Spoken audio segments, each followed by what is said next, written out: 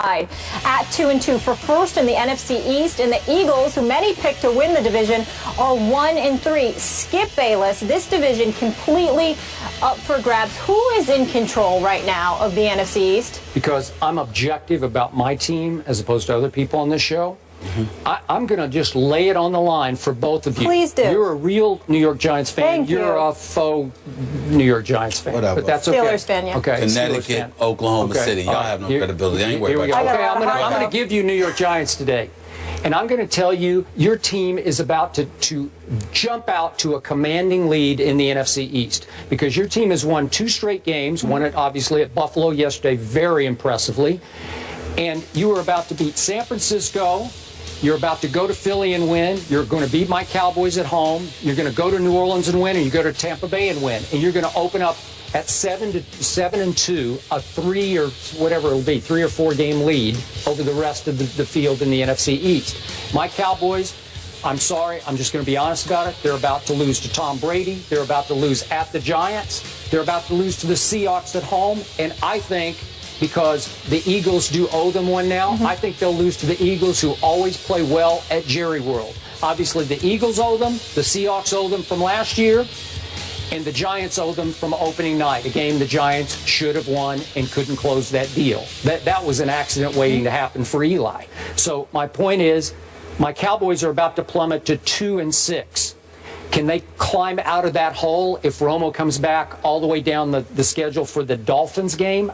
I just don't know, because I think they're going to wind up 3-6 going to the Dolphins. And then I don't know what's going to happen from there. Your Giants are going to have such a commanding lead. Could they go 3-3 down the stretch as my Cowboys win their last 7? Because that's what it's going to take to catch the Giants. Skip Bayless, I'd love to disagree with you. Actually, I'm lying. I wouldn't at all. I'd love to agree with you, and I do. Because I think that the Giants could have the potential to run away with this division, not just for all the things that you mentioned, even though you left out the fact that they got the worst passing defense in the NFL right now. They got to address that, because they rank 32nd in yards allowed in the passing game. And the fewest sacks in the NFL, exactly. 5. So the combination of you not getting to the quarterback, combined with some holes in your secondary, I don't think leaves the Giants in a really strong position. But I will tell you this: one of the reasons, or 2 of the reasons I have, we can go to all 3. Philadelphia Eagles, I mean, let's face reality. They look like a shell of what they're supposed to be.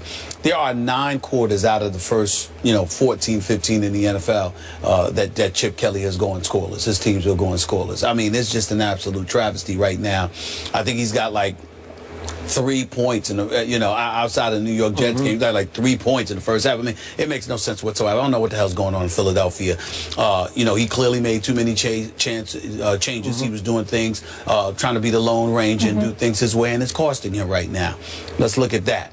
Then we look at the Redskins. I like what I'm seeing from the Redskins. I loved what I saw from Kirk Cousins yesterday, because I certainly don't believe in him when the bright lights are on.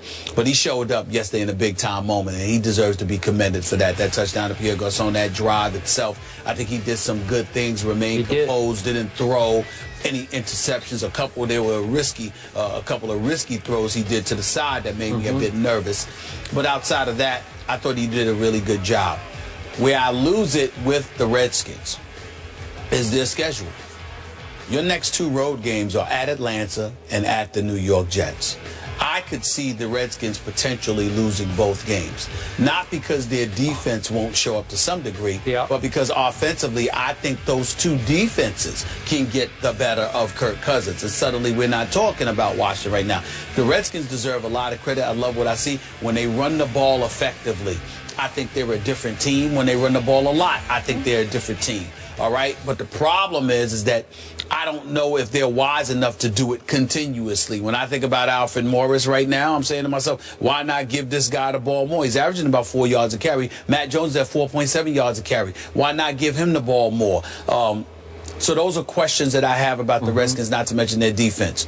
When I look at the Giants, what they're doing, their defense, despite their struggles in the passing game, their defense has been surprisingly solid for the most part. It has. When I look at Victor Cruz and the fact that he hasn't played yet, and they've been able to do what they've been able to do offensively, three-headed monster in the backfield. Then you got Odell Beckham Jr. with Ruben Randle having stepped up. The offensive line not as anemic as it has been in the past, and you have an experienced quarterback. There's a lot of Dwayne people. Harris, a nice new piece. That's right. There's a lot of people. That's right. There's a lot of people that don't believe in Sam Bradford. The jury is still out on Kirk Cousins, even though you and I don't believe that's the case. We believe he's allergic to the bright lights. Okay? And of course, Brandon Whedon is their quarterback for the Dallas Cowboys, even though he did not play badly. But the point is, if I got to bet my money, this Eli Manning, who's Mr. Steady. I mean, this dude hasn't missed a start in practically a decade. He plays every game. He's there. He's all reliable. And I think when you look at it from that perspective, you got to roll with the Giants right now as to them being the biggest threat to knocking off the Cowboys in the NFC East in terms of division champions. Do you agree with me they're about to take a commanding lead in the division? I think they'll continue to win.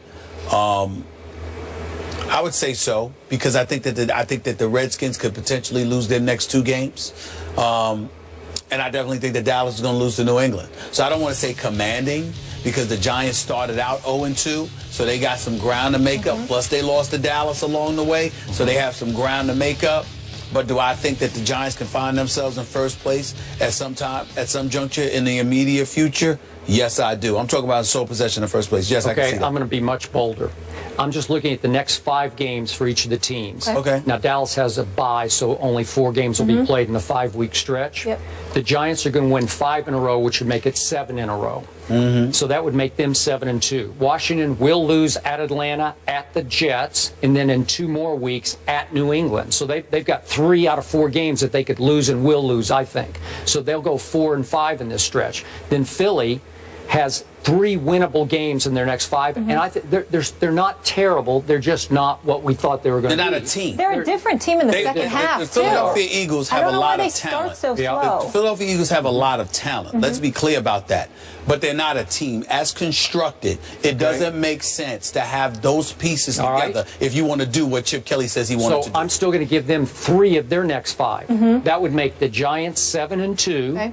Philly and Washington 4-5, and it would make my Cowboys 2-6. Okay, now think of the gap: 7-2, all the way down to 4-5. So that's a 3-game lead after 5 more games. That's what's going to happen here, and then we'll see if they can hang on the second half of the year. Okay. If Romo and Dez come back, it's very possible, Skip. I'm cool with it, Very Skip. possible. Over the last 4 years, every team in that division has won the NFC East, so we will see what happens this year. Clay Matthews takes aim at Colin Kaepernick in more ways than one on Sunday. Was it fair to call out San Fran's quarterback? We'll discuss that next. And we're here for your Monday motivation. Stephen A. is fired up to respond to Kevin Durant, and Skip has a strong response to his guy from Vandy beating the Raiders. Check out our Instagram page right now so you can see everything we're touching on at the desk today.